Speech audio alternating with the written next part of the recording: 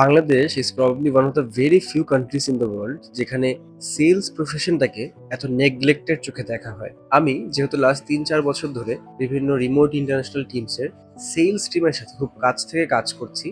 So আমি দেখি সেখানে সেলস এক্সিকিউটিভ বা এসডিআর, বিডিআর এগুলোর পজিশনকেও কতটা অমূল্য রত্ন মনে করা হয় যে কোনো একটা অর্গানাইজেশন, স্টার্ট আপ বা ইভেন কর্পোরেশন গুলোতে। আমাদের আসলে ভাগ্যটা খুব ভালো। আমাদের যারা সিইও আছে বা সিএমও আছে বিভিন্ন কর্পোরেশনস এর, গ্রুপস অফ ইন্ডাস্ট্রিজ বা স্টার্ট আপসের, যে তাদের কাছে আউটবাউন্ড করা হয় না।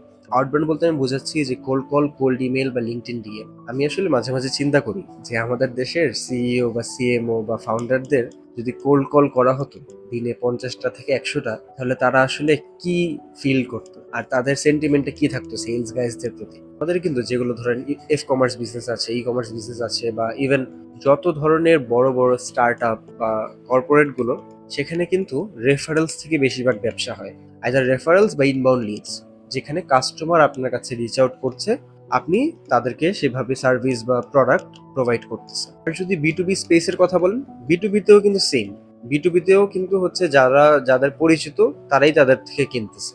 এরকম কখনোই হয় না বা খুব রেয়ারলি হয় যে আমি একদম কোল্ড একটা লিড, আমি তার ইমেলটা বা হচ্ছে ফোন নাম্বারটা কোথাও থেকে এক্সট্রাক্ট করছি, সেখান থেকে তার সেলসটা আমি ক্লোজ করতে চাচ্ছি বা সেখানে তাদের কাছে আউটবাউন্ড আউটরিচ করতেছি। এটা কিন্তু হয়ই না। স্টিল আমরা কি নেগলেক্টের চোখে দেখি। আর এই কারণেই আমাদের দেশে কোয়ালিটি এন্টারপ্রেনার বা ফাউন্ডার আসলে তৈরি হয় না। আপনি দেখবেন যে পৃথিবীর যত বড় বড় মিলিয়নিয়ার বা বিলিয়নিয়ার বিজনেস ফাউন্ডার আছে, তাদেরকে যদি জিজ্ঞেস করা হয় যে what is the one skill that you would like to have for the rest of your life, কোন স্কিলটা তাদেরকে এত দূর এনেছে, তারা একটা কথাই বলবে, সেলস।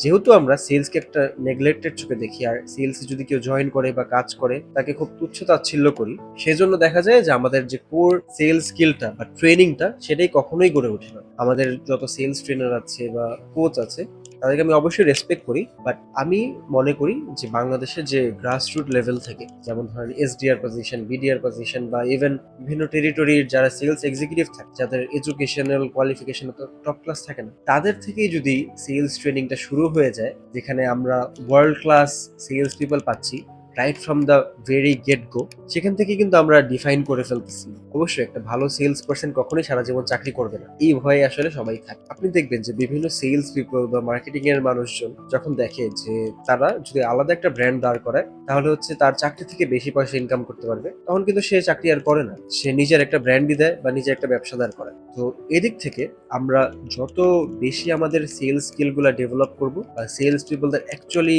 সম্মান বা মর্যাদা দিব সোসাইটিতে, সো ওই দিক থেকে আমরা সেলস পিপলদের বা হচ্ছে যারা রুট লেভেল বা এন্ট্রি লেভেলে সেলসে কাজ করে তাদেরকে বিরক্তিকর সেলসম্যান না ভেবে যদি তাদেরকে প্রপারলি রেকগনাইজ করি, ট্রেন করি অ্যান্ড ইভেনচুয়ালি বেটার এন্টারপ্রেনার হতে সাহায্য করি, তাহলে কিন্তু আমাদের দেশের ইকোনমি বেটার হবে। কারণ একটা দেশের ভাগ্য কিন্তু চাকরিজীবীরা বদলায় না, একটা দেশের ভাগ্য বদলায় কিন্তু বিভিন্ন বিজনেস গুলো। একটা বড় বিজনেস যদি ক্রিয়েট হয়, 5,000 জনের কর্মসংস্থান হয়, ছোট ছোট বিজনেসের থ্রুতেই কিন্তু এই দেশের ইকোনমিটা চলতেছে। তো এই প্যাটার্নটা আমি অনেক বছর ধরে লক্ষ্য করে আসতেছি যে বাংলাদেশে কেন টপ ক্লাস এন্টারপ্রেনার ক্রিয়েট হয় না বা ফাউন্ডার ক্রিয়েট হয় না।